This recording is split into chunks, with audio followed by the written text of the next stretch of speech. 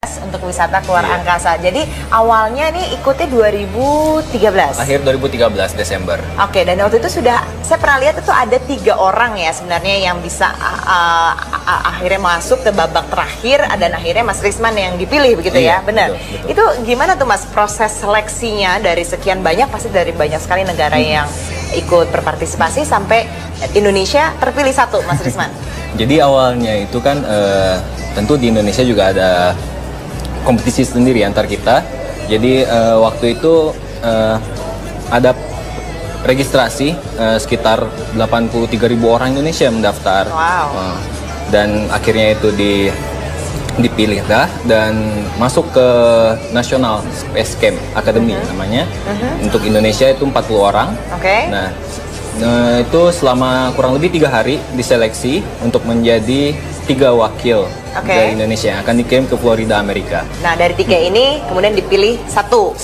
Oke, jadi setelah dikirim ke Florida, baru terpilih nih ya 1 perwakilannya. Betul. Itu apa yang tahu nggak kenapa akhirnya terpilih jadi yang dipilih dari 3 orang itu? Jujur aja sebenarnya sih nggak tahu, soalnya kan di sana juga ada jurinya. Jadi di Florida itu juga ada semacam kompetisi yang harus kita jalani. Apa tuh kompetisinya? Ada 4 misi yang harus kita lewati. Yang pertama itu adalah Air Combat Mission. Terus kemudian yang kedua itu adalah G-Force Mission. Terus yang ketiga itu adalah Zero G. Dan yang terakhir adalah Assault Course. Nah ini kalau Assault Course tuh dia lebih ke fisik kita, kayak gitu. Oke. Nah, Mas Risman ini apakah memang dari dulu sudah tertarik gitu dengan dengan ilmu luar angkasa, dengan antariksa? Padahal kan aslinya programmer kan ya? Iya, saya programmer. Iya kan, itu emang sudah tertarik gitu dengan pengen keluar angkasa aja deh, bosen nih keluar negeri gitu, keluar kota. Sebetulnya waktu kecil cita-cita saya tuh pengen jadi pilot. Pilotnya tuh pengen pilot pesawat tempur lagi kan. Cuman mungkin karena nggak kesampaian kali ya. Jadi mencoba untuk ikut kompetisi ini dan alhamdulillah kepilih gitu. Jadi ya mungkin ini rezeki atau gimana sih, nggak ngerti juga sih. Ini belum berangkat ya? Belum. Prosesnya lama juga ya Mas ya, dari 2013 sampai rencananya berangkat kapan? Rencana berangkat itu Desember ini. Paling telat itu info yang saya dapat adalah awal Januari 2016. Awal Januari. Dan itu berapa lama tuh nanti waktu yang akan dihabiskan di perjalanannya? Untuk perjalanannya mungkin terbilang cukup singkat ya. Terakhir yang saya dapat itu sekitar 45 sampai 60 menit. Jadi dari kita pergi, kemudian kita berada di angkasa dan kembali lagi ke bumi. Nah, itu waktu yang dibutuhkan 45 sampai 60 menit. Wow. Jadi lebih lama ke Singapura tuh Mas, Jakarta Singapura lebih lama itu. Betul. Jadi yang jadi concern di sini adalah fisik waktu kita menghadapi G-force-nya sih. G-force apa itu? G-force itu tekanan gravitasi waktu naik ke atas. Oke. Dan itu ada pelatihan khususnya juga? Salah satu misinya itu Air Combat Mission itu. Jadi kita menggunakan pesawat Air Combat USA. Nah, dari pilotnya itu kita diberikan manuver-manuver yang kita sendiri bisa merasakan bagaimana beratnya itu gravitasi bumi. Jadi mungkin pernah lihat pesawat akrobat kayak gitu yang muter-muter, nah seperti itu. Jadi banyak kayak misalkan putar-putar balik, kemudian kita bisa ngelihat ke bawah, diputar-putar kayak gitu. Itu yang paling berat sih jujur aja. Ada persiapan khususnya nggak tuh waktu menjalani misi ini? Ini bisa dikatakan misi yang dari 4 itu paling berat? Iya, jujurnya paling berat itu. Ada persiapannya nggak tuh? Fisik sih sebenarnya. Sebetulnya yang saya concern di sini adalah fisik, karena emang yang pasti orang yang ikut tuh nggak boleh ada sakit jantung segala macam. Itu emang harus emang menjaga fisiknya yang yang setidaknya rutin olahraga lah, seperti itu. Jadi tambah rutin, tambah rajin dong olahraganya. Mau nggak mau. Oke, Mas, ini kita nantinya juga akan melihat ini ternyata orang Asia tuh banyak sekali loh yang sudah pergi ke angkasa dari China, dari Afghanistan, itu juga ada dari Malaysia yang terdekat dan berhasil. Walaupun sebenarnya Indonesia hampir pernah waktu itu mengirimkan betul. Wanita, malah astronot wanita. Kami akan hadirkan informasinya sesaat lagi.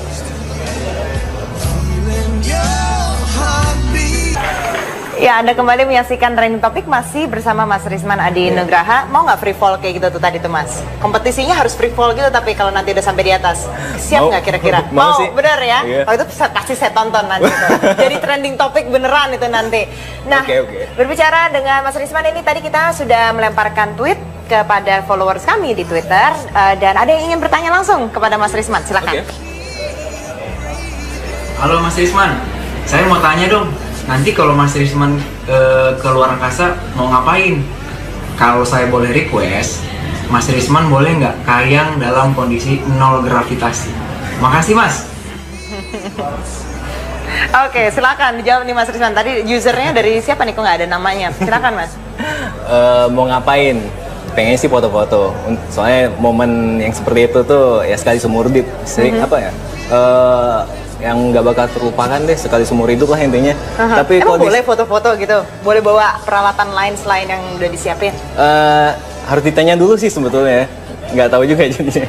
Kalau diperbolehkan ya mungkin bawa kamera yang kecil yang mungkin ringan kali ya. Yang bisa mengabadikan lah momen waktu di atas sana. Iya. Terus kalau disuruh kayang, ini kan soalnya kondisi pesawatnya juga nggak memungkinkan. Kita juga nggak bisa keluar dari pesawat. Jadi emang mungkin kita akan duduk terus di pesawat sama melayang seperti itu. Oke, Mas Risman pernah mendengar dengan namanya Ibu Pratiwi Sudarmono nggak? Iya. Nah, Ibu Pratiwi Sudarmono ini kita berikan informasinya.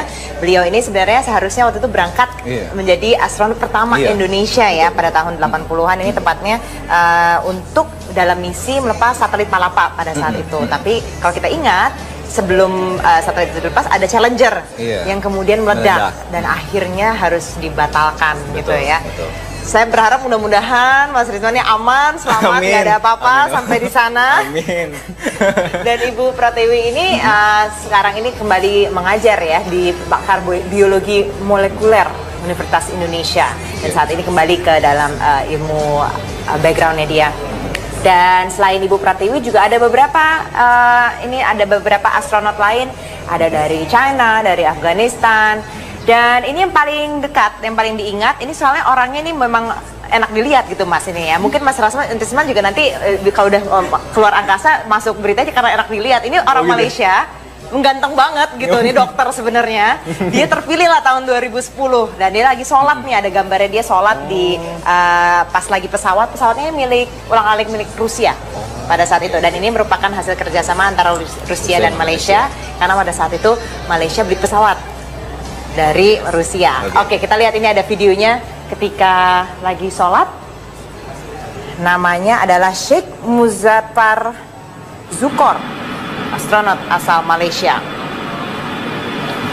Harus kayak gini juga dong Mas, mudah-mudahan sempat dong dalam waktu 40 menit nanti sambil sholat gitu di sana. Iya, saat duduk mungkin. Oh, nggak bisa sama sekali, nggak bisa berdiri ya? Enggak, soalnya emang waktu melayangnya juga sekitar 6 menit aja sih Mbak. Hanya sekitar 6 menit itu melayangnya. Oke. Sekarang ini juga ada berita lain ini yang cukup menghebohkan.